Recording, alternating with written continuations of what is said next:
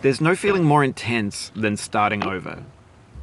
If you deleted your homework the day before it was due, as I have, or if you left your wallet at home and you have to go back after spending an hour in the commute. If you won some money at the casino and then put all your winnings on red but it came up black.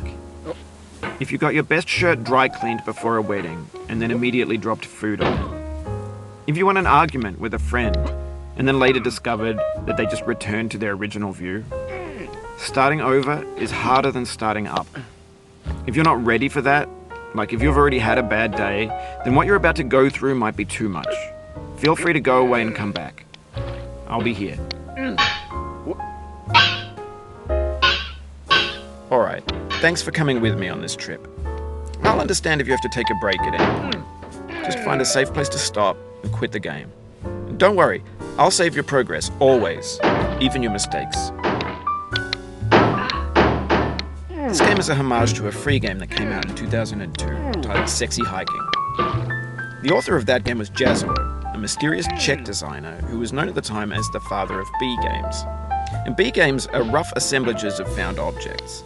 Designers slap them together very quickly and freely, and they're often too rough and unfriendly to gain much of a following. They're built more for the joy of building them than as polished products. In a certain way, Sexy Hiking is the perfect embodiment of a B game.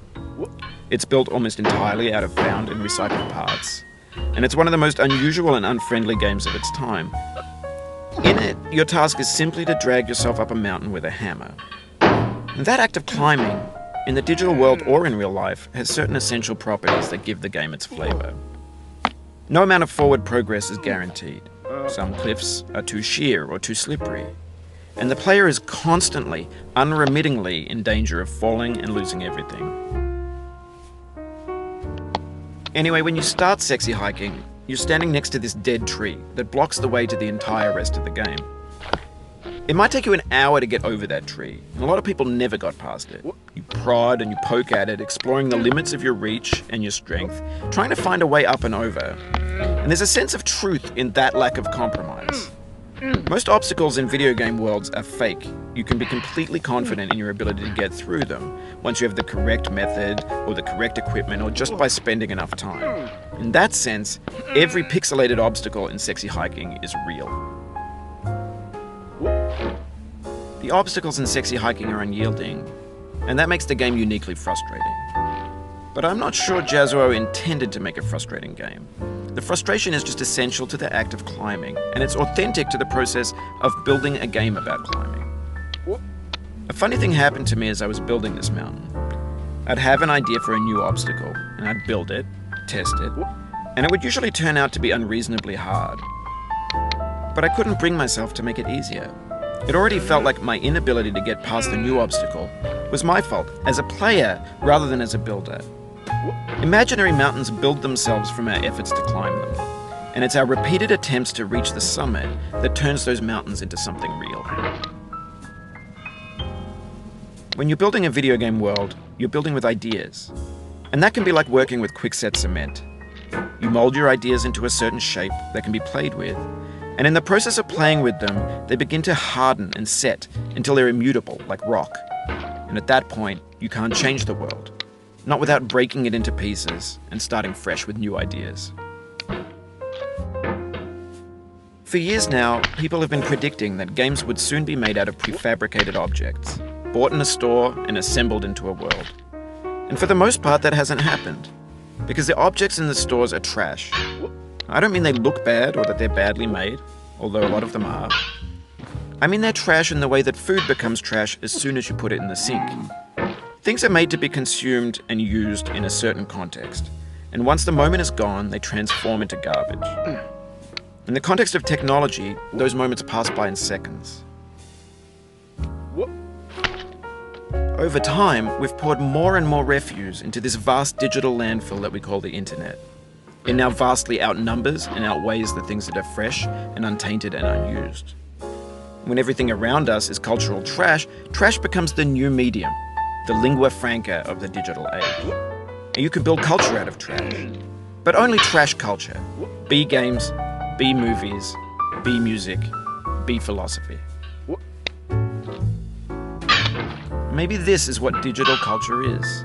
A monstrous mountain of trash, the ash heap of creativity's fountain. A landfill with everything we ever thought of in it. Grand, infinite, and unsorted. There's 3D models of breakfast, Gen X's fanfic novels, Scan magazines, green screen Shia LaBeouf, banned snuff scenes on LiveLeak. Facebook's got lifelike bots with unbranded adverts and candid shots of Kanye and Taylor Swift mashups, car crash epic failed GIFs, Russian dashcam vids, discussions of McRibs, discarded, forgotten, unrecycled, muddled, rotten, untitled. Everything's fresh for about 6 seconds, until some newer thing beckons, and we hit refresh. And there's years of persevering, disappearing into the pile, out of style, out of sight. In this context, it's tempting to make friendly content that's gentle, that lets you churn through it but not earn it. Why make something demanding if it just gets piled up in the landfill, filed in with the bland things? When games were new, they wanted a lot from you. Daunting you, taunting you, resetting and delaying you. Players played stoically. Now everyone's turned off by that. They want to burn through it quickly, a quick fix for the fickle, some tricks for the clicks of the feckless. But that's not you, you're an acrobat. You could swallow a baseball bat. Now I know, most likely you're watching this on YouTube or Twitch, while some dude with 10 million views does it for you. Like a baby bird being fed chewed up food. That's culture too.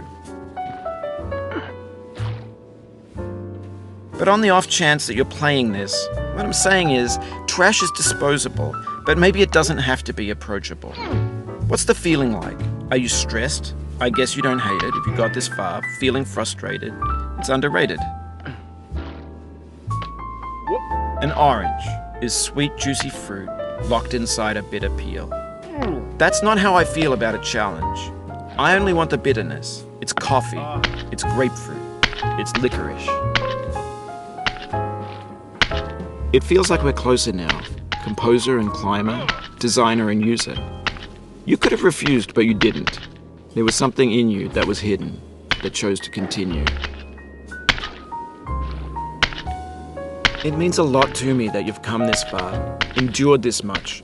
Every wisecrack, every insensitivity, every setback you've forgiven me is a kingly gift that you've given me.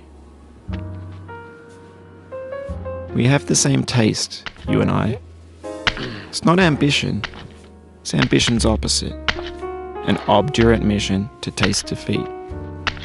You'll feel bad if you win, so I put this snake in for you. Have you thought about who you are in this? Are you the man in the pot, Diogenes? Are you his hand? Are you the top of his hammer? I think not.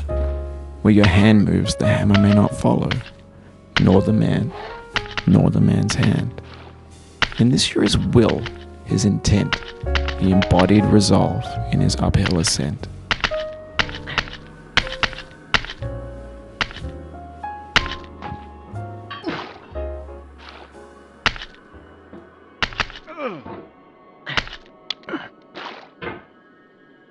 Now, you've conquered the ice cliff, the platforms, the church, and the rectory, the living room and the factory, the playground, the construction site, the granite rocks, and the lakeside. You've learned to hike. There's no way left to go but up, and in a moment I'll shut up. But let me say, I'm glad you came.